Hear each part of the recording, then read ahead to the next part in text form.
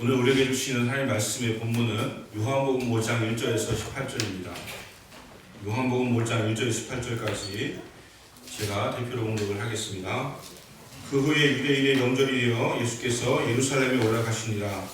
예루살렘에 있는 양문 곁에 히브리 말로 베데스다 하는 못이 있는데 거기 행각 5이 있고 그 안에 많은 병자, 맹인, 다리 저는 사람, 혈기 많은 사람들이 누워 물의 움직임을 기다리니 이는 전사 가끔 못에 내려와 물을 움직이게 하는데 움직인 후에 먼저 들어가는 자는 어떤 병에 걸렸든지 낫게 되미로라. 거기 38해 된 병자가 있더라. 예수께서 그 누운 것을 보시고 병이 벌써 오랜 줄을 아시고 이르시되 네가 낫고자 하느냐. 병자가 대답하되 주여 물이 움직일 때에 나를 못에 넣어주는 사람이 없어 내가 가는 동안에 다른 사람이 먼저 내려가나이다. 예수께서 이르시되 일어나 내 자리를 들고 걸어가라 하시니 그 사람이 곧 나와서 자리를 들고 걸어가니라. 이 날은 안식일이니 유대인들이 병 나은 사람에게 이르되 안식일이니인데 네가 자리를 들고 가는 것이 옳지 아니하니라. 대답하되 나를 낫게 한 그가 자리를 들고 걸어가라 하더라 하니 그들이 묻되 너에게 자리를 들고 걸어가라 한 사람이 누구냐 하되 고침을 받은 사람은 그가 누구인지 알지 못하니 이는 거기 사람이 많으므로 예수께서 이미 피하셨습니다. 그 후에 예수께서 성전에서 그 사람을 만나 이르시되 보라 네가 나았으니 더 심한 것이 생기지 않게 다시는 죄를 범하지 말라 하시니 그 사람이 유대인에게 가서 자기를 고친 이는 예수라 하니라. 그러므로 안식일에 이러한 일을 행하신다 하여 유대인들이 예수를 박해하게 된지라. 예수께서 그들에게 이르시되 내 아버지께서 이제까지 일하시니 나도 일한다 하시매 유대인들이 이로 말미암아 더욱 예수를 죽이고자 하니 이는 안식일을 범할 뿐 아니라 하나님은 자기의 친아버지라 하여 자기를 하나님과 동등으로 삼으심이로라. 아멘. 할렐루야.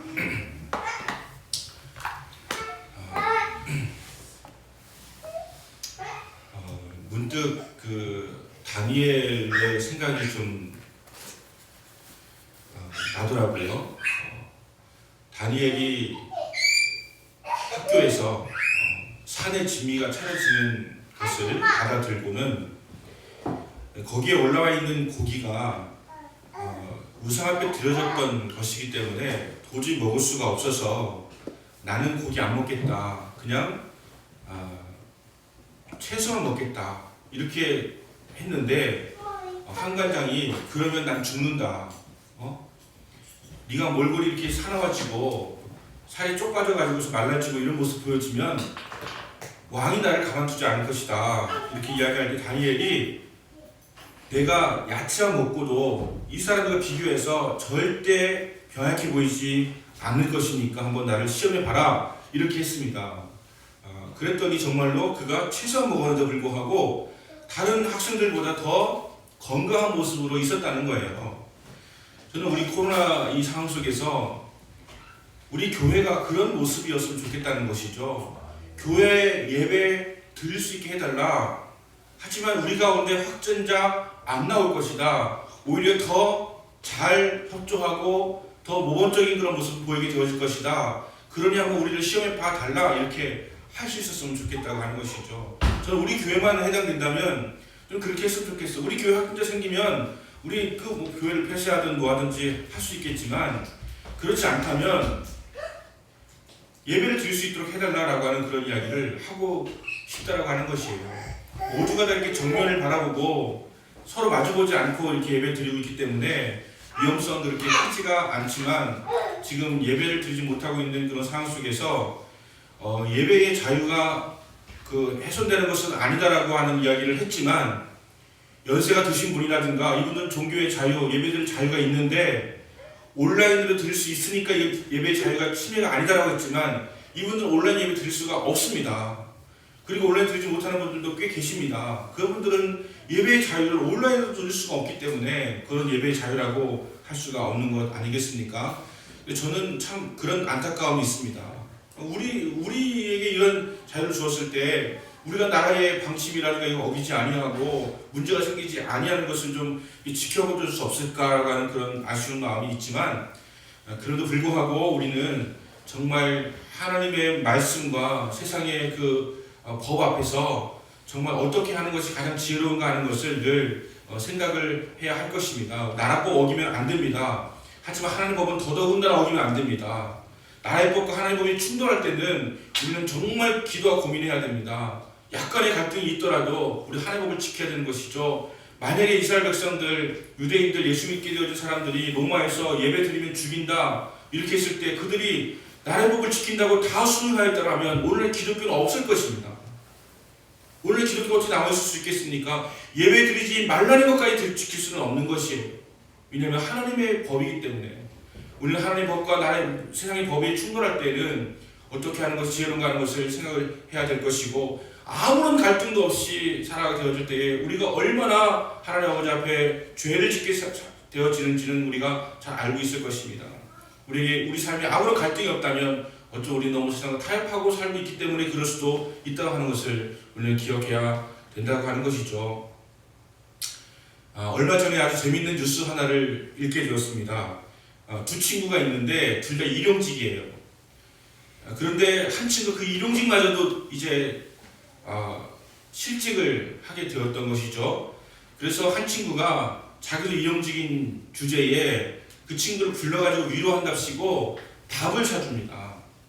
그리고는 자기가 있는 돈이라고 몇십만 원 있는 거 다 끌어모아가지고 너는 실직을 하게 되었으니까 이 돈 갖고 좀 도움이 되라고 이렇게 줍니다.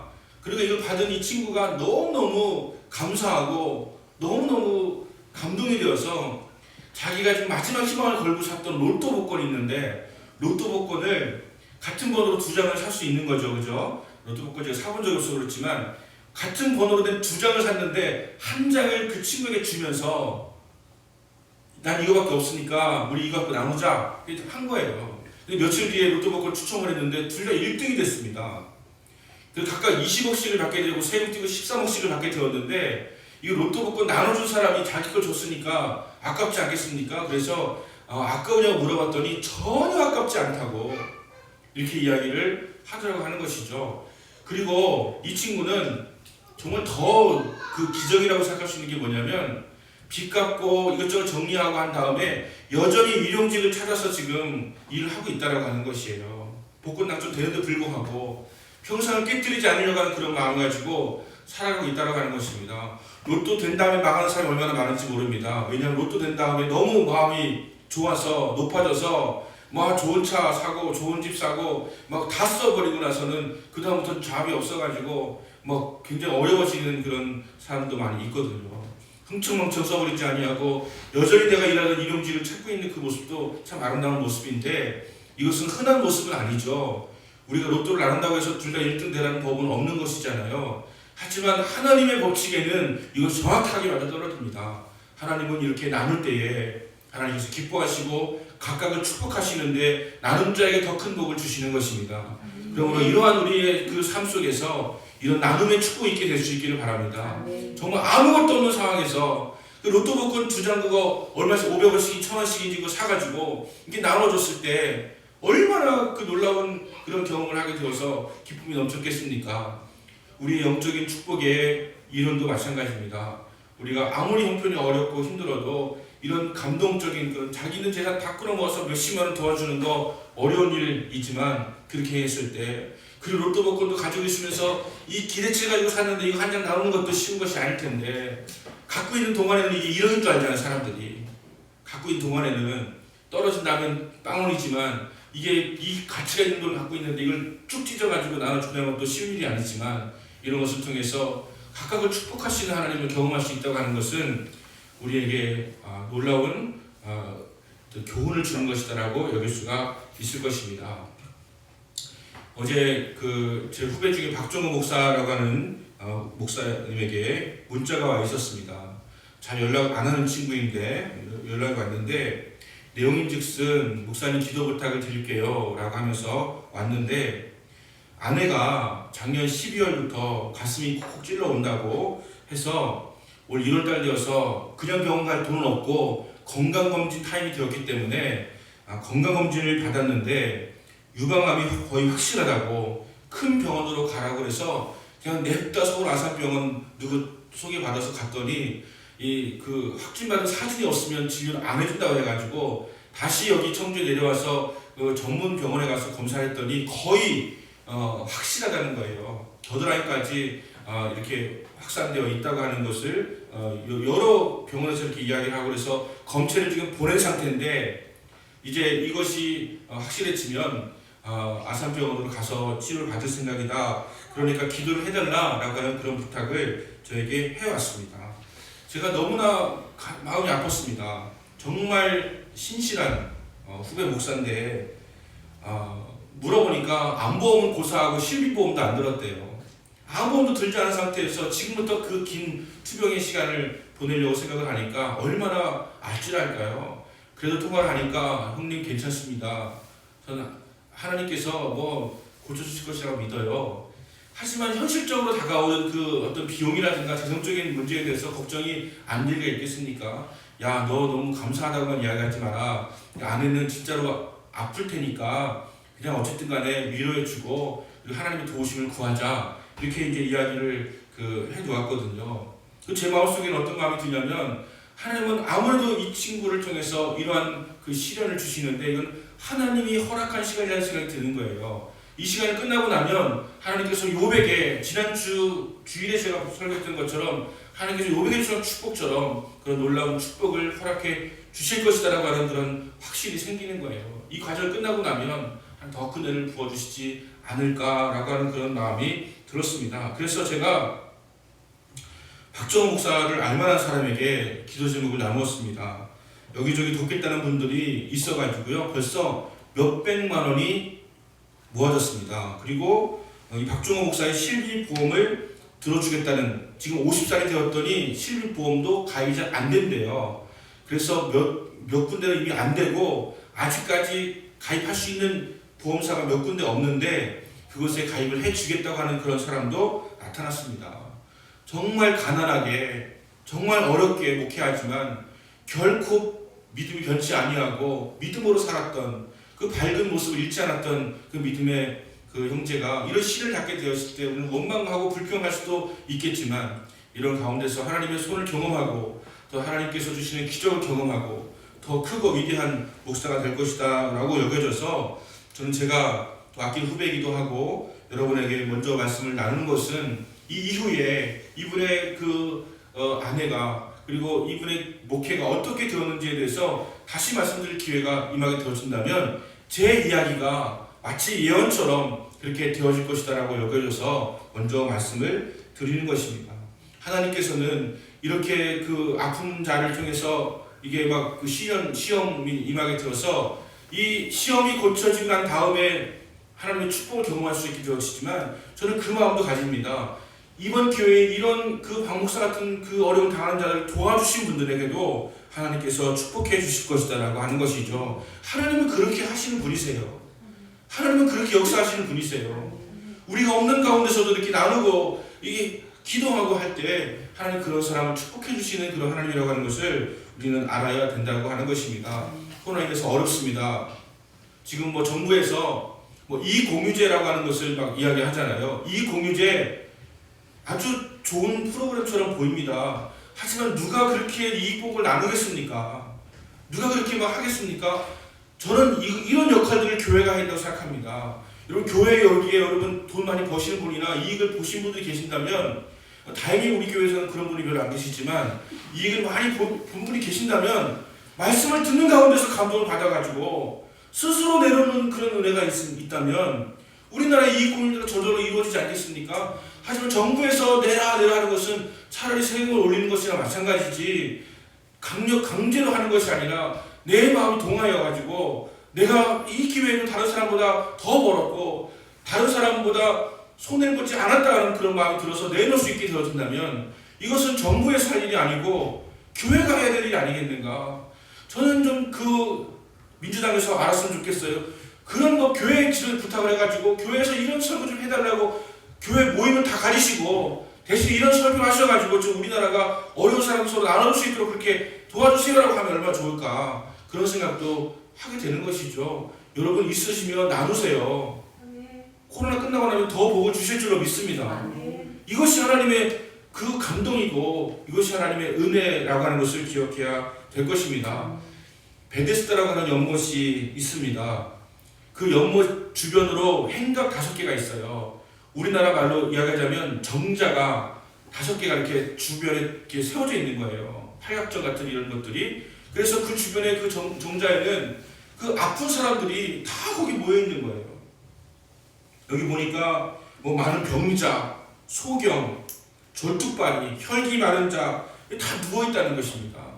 한번 그 상상을 한번 해보세요. 우리나라에 그런 곳이 없잖아요. 병원은 물론 있지만 병원 가면 의사 있지, 간호사 있지, 간병인 있지, 뭐 시스템도 있지, 쫙 돼 있는 가운데 환자들이 있는 것이지만 여기는 누가 뭐 아야 이렇게 소리를 질러도 누구나 도와줄 사람이 있는 것도 아니고 그냥 병자들만 모여 있는 거예요. 집안에 아픈 사람 한 사람만 있어도 집안 분위기가 달라집니다. 우리가 어떻게 웃을 수가 있습니까? 뭐 깔깔거릴 수가 있습니까? 놀 수가 있습니까? 좋은 생각을 할 수 있습니까? 그래서 우리는 늘 일어나면 아프신 분을 먼저 봐야 되고 또 집에 들어가면 아프신 분을 봐야 되고 그런 건 우리 마음 가운데 알게 모르게 그 부정적인 생각이 생겨날 수밖에 없는 것 아니겠습니까? 그런데 거기에는 아픈 사람이 그것도 심각하게 아픈 사람들이 잔뜩 모여있는 곳이에요. 그 분위기가 어땠을까요?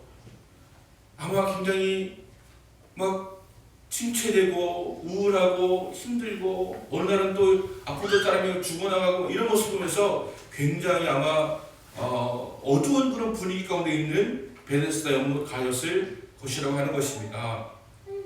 아마 제가 그 시대에 살았다면 그 근처로 잘 가지 않았을 것 같아요. 목사가 되었다면 저는 더 안 갔을 것 같아요. 왜냐하면 저한테 안수기도라도 해달라고 막 매달리기 시작하면 어떻게 감당합니까? 그 어떻게 감당할 수 있겠습니까? 그런 마음이라고 하는 것이 뭐 닥친다면 또 할 수도 있겠지만 그런 마음이 들더라고요. 제가 말씀 준비하면서 야 이런 베데스다 문가에 갈 수 있을까? 여기에 가서 내가 기도도 해주고 도와주고 할 수 있을까? 또 한 명도 아니고 막 모든 사람이 다 이렇게 환자인 가운데 있는 그곳에 내가 갈 수 있을까? 그런 생각이 들지만 그 사람들은 거기밖에는 소망이 없기 때문에 지금 모여들어 있는 것입니다. 거기밖에 소망이 없기 때문에. 그 소망이 무엇입니까?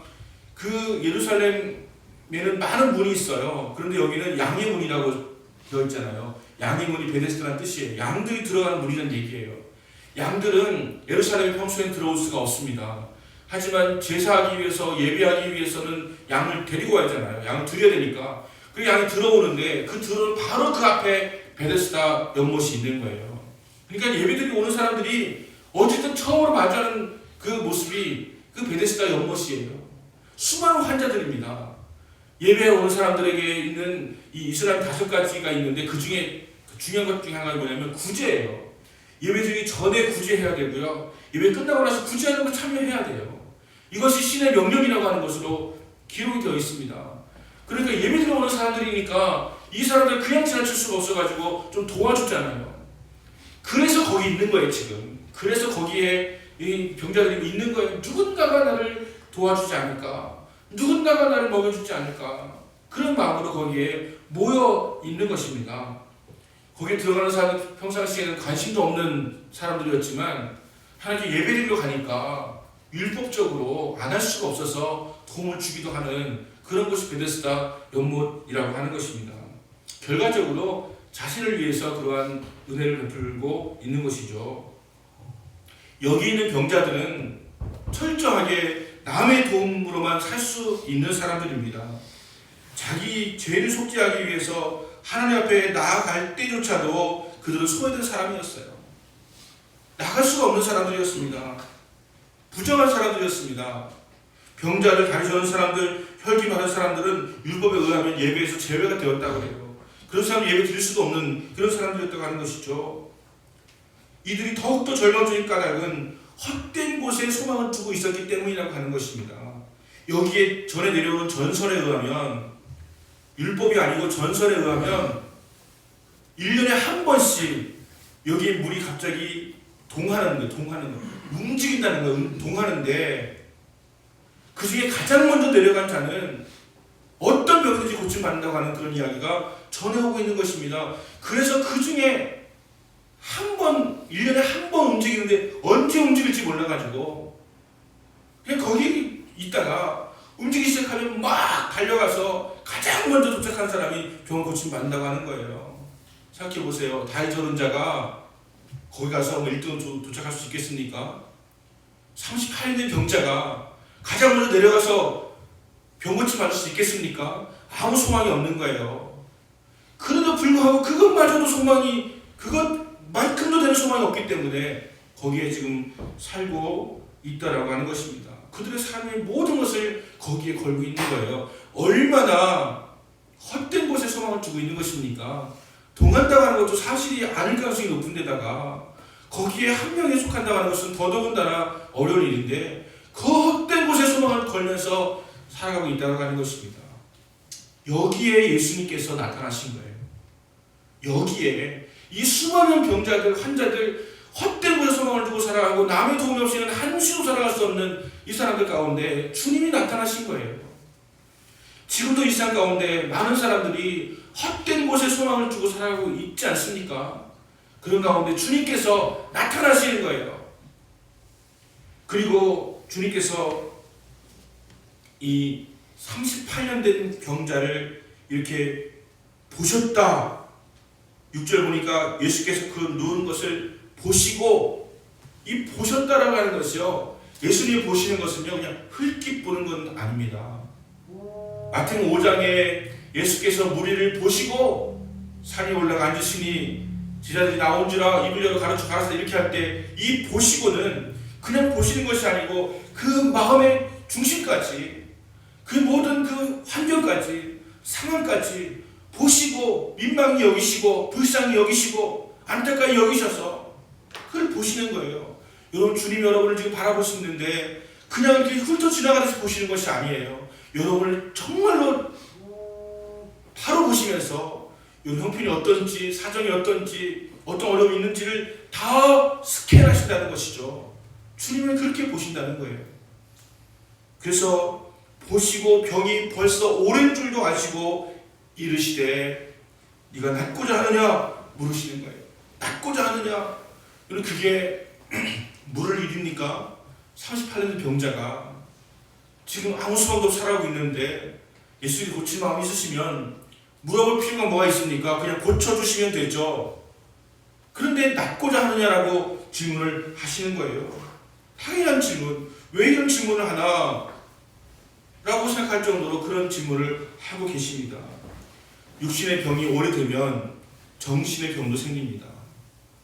그래요. 육신의 병이 오래되잖아요. 그러면 정신적으로도 병들어지게 되어져요. 늘 부정적이에요. 늘 파괴적이에요. 늘 어두워요. 늘 상처가 주는 말을 하기가 쉬워져요. 그래서 정신적으로도 나약해져요. 의존적이 돼요. 그리고 조금만 도움이 없으면 서운해져요. 이런 것이 오랜 아픔을 가지고 있는 사람의 특징입니다. 정신적인 연약함까지 가지게 된다라고 하는 것이죠. 주님께서 오늘 우리에게 말씀을 하십니다. 네가 낫고자 하느냐? 주님, 말씀하십니까? 네가 좀 물질적으로 넉넉해지길 원하느냐? 주님, 그걸 말씀하십니까? 당연한 거 아닙니까? 네가 건강하길 원하느냐? 당연한 거 아닙니까? 너 잘되길 원하느냐? 당연한 거 아닙니까? 여러분, 그런데 주님 왜 물으실까요? 우리가 절망하고 포기하는 자리에 오셔서 주님께서 질문하시는 것이죠. 사람이나 환경이나 물질에 의해서 끌려다니지 말고, 지배당하고 의존하면서 살지 말고, 되면 좋고요 안 되면 말고요라고 살지 말고, 네가 주체적으로 네 입으로 정확하게 낫기를 원합니다, 잘 되기를 원합니다, 해결되기를 원합니다라고 선포하라는 것이에요. 끌려다니지 말고, 환경에 지배당하지 말고. 여러분, 아무리 세상이 지금 코로나 때문에 우리가 알게 모르게 막 끌려다니는 것처럼 보인다 할지라도 우리가 끌려다니는 이유가 없습니다. 우리 영혼이, 우리의 정신이 자유함을 가지고 살아갈 수가 있는 거예요. 네 입으로 정확하게 고백하라. 낫기를 원하느냐? 누가 나를 떠먹여줘야 살았던 사람이었는데, 물이 동해가지고 움직이는 곳에 가장 먼저 내려가야지 사는 소망 갖고 있는 사람들이었는데, 네가 낫고자 원하느냐? 물으시고 낫기를 원합니다 라고 대답하는 그에게 주님은 놀라운 치유를 허락해 주시더라는 것이에요. 여러분, 주님 앞에 정확하게 고백하십시오. 주님, 제가 낫기를 원합니다. 주님, 제가 잘 되기를 원합니다. 누군가가 갑자기 나에게 뭘 부어줘서 잘 되는 것이 아니고 누군가가 나에게 뭔가 떨어뜨려줘가지고 다른 환경에 의해서, 다른 상황에 의해서, 다른 사람에 의해서, 다른 어떤 여건 때문에 내가 잘 되는 것이 아니라 주님, 제가 주체적으로, 주도적으로 제 인생에 주도적으로 잘 되기를 원합니다라고 고백하기를 원한다라고 하는 것입니다. 여러분 스스로 하나님께 구하세요. 그리고 하나님, 제가 그렇게 되기를 원합니다라고 고백을 하세요. 하나님께서 그런 자에게, 그 병을 낫기 원한 자에게 병을 취해 주셨던 것처럼 우리에게 그 놀라운 기도의 응답을 허락해 주실 줄로 믿으시기를 바랍니다. 근데 이 환자는, 이 상처받는 병자는 낫기를 원합니다라고 되잖아요. 우리 가운데 그런 거 고쳐낼 분들이 있으세요. 뭐 이렇게 이렇게 이거 가질래 그러면 아이 뭐 다 필요 없기도 한데 뭐 나는 뭐 어쩌고저쩌고 막 이렇게 주저주저 막 하는 거 있잖아요, 그죠? 저거 갖고 싶다고 딱 하시고 갖고 싶다고 하시면 되는데, 이 환자는 낫기 원합니다라고 하는 것이 아니라 주님, 물이 동할 때 나를 못에 넣어주는 자가 없어가지고 내가 가는 동안에 다른 사람이 먼저 내려가나이다. 38년 동안 그런 일이 얼마나 있었는지 모르겠지만 수없이 경험한 것이 내려가려고 하면 벌써 내려간 사람이 있는 거예요. 미치는 거죠. 주님, 저는 제가 뭐 하려고 하면 누군가 먼저 해버립니다. 주님, 나를 도와줄 사람 없으면 난 아무것도 못합니다. 이걸 얘기하는 거예요. 이것이 바로 정신적으로 나약해져 있는 그런 모습 아닙니까? 그냥 예 한마디 하면 되는데, 알겠습니다, 순종하겠습니다 하면 되는데, 그냥 주저리 이렇게 하면서 핑계를 대고, 다른 환경을 핑계를 대고 사람 핑계를 대면서 이렇게 나아갑니다. 낫기를 원하지만 불가능합니다. 아무도 나를 도와줄 사람이 없습니다라고 원망하고 불평하고 있는 것입니다. 주님께서 원하셨던 것은 낫기를 원합니다 이렇게 대답하는 것, 그걸 원하시는 것은 아니었어요. 주님이 정말 원하는 것은 고쳐주길 원하셨어요. 그리고 고쳐준 다음에 또 한 가지 이슈가 있으셨어요. 주님께서 일어나 내 자리를 들고 걸어가라 이렇게 말씀하십니다. 일어나 내 자리를 들고 걸어가라. 여러분, 여기에 주님의 의도가 있습니다. 38년 병자를 고쳐주시는 것이 목적은 아니에요. 왜냐하면 정말 고쳐주는 게 목적이라고 한다면 거기에 수없는 환자들 향하여서 베드사목가에 딱 서셔가지고 여기 있는 모든 환자들은 예수 하나님의 능력으로 치유받을지어다 다 고침받으면 주님이 그 고침을 주는 건 목적이라고 할 수가 있겠죠. 근데 그 많은 사람 가운데 38년 된 병자 한 사람에게 일어나 달려 걸어가라 이렇게 말씀하신 것은 거기 있는 사람을 고쳐주는 것이 사의 목적이 아니라고 하는 것이에요. 사역의 목적이 아니라고 하는 것이에요. 우리는 이 병 고침 받는 것을 목적이라고 여기는 경우가 많이 있어요. 그렇지 않습니다, 여러분. 38년 된 병자, 제가 다른 건 몰라도 고침 받았는데요, 지금까지 살아있지는 않다고 그래요. 그래도 결국은 다시 죽습니다. 병 고치는 게 중요한 게 아니고 예수님이 누구인가 하는 거 아는 게 중요한 거예요. 예수님이 하나님의 아들이신 거 아는 게 중요한 거거든요. 예수님의 가르침이 중요한 것이거든요. 그래서 예수님께서 네 자리를 들고 일어나 걸어가라 하는 것에는 거기에 있는 수많은 사람들 앞에서, 그리고 예수님께서 무슨 다니면 꼭 몰려다니면서 이 사람이 무슨 잘못을 저지르나 고발할 핑계는 없나 이 생각하고 있는 그 수많은 유대인들, 지도자들, 바리새인들이 있기 때문에 그들 앞에서 이슈를 던지시는 거예요. 그날이 안식일이었거든요. 네 자리를 들고 일어나 걸어가라 할 때 이 일어나 걸어가라 이건 문제가 안 돼요. 자리를 들고가 문제. 자리를 들고가 안식이라는 일을 하면 안 되거든요. 자리를 들면 안 돼요. 내 몸만 움직이면 되는데 뭘 자리를 드는 것은 일이기 때문에 안 되는 거예요. 근데 예수님께서 내 자리를 들고 일어나 걸어가라. 그냥 가라고 해도 괜찮잖아요. 자리를 들라고 하셨어요. 이것은 그 이슈를 말씀하시는 거예요. 안식일이 어떤 의미인가 하는 것을 가르쳐 주시려고 하는 이슈를 말씀하시는 거예요. 안식일 날 일하지 말라. 중요한 것이지만 그건 본질이 아니다. 안식일 날은 일하는 것보다 더 중요한 것은 생명을 살리는 것이다 하는 것을 말씀하시는 거예요. 안식일 날은 하나님이 주인이세요. 안식일은 하나님 창조에 대한 것을 우리가 믿고 또 감사하고 누리면서 하나님께 예배하는 날이 안식일이 되어야 되는 것입니다. 근데 안식일날 누가 뭐 일을 하는지 뭐 무슨 뭐 문제가 있는지 그런 것만 막 그냥 보면서 막 문제 삼으려고 하는 그런 것도 가지고 있다면 안식일 대단히 오해하고 있는 것 아니겠습니까?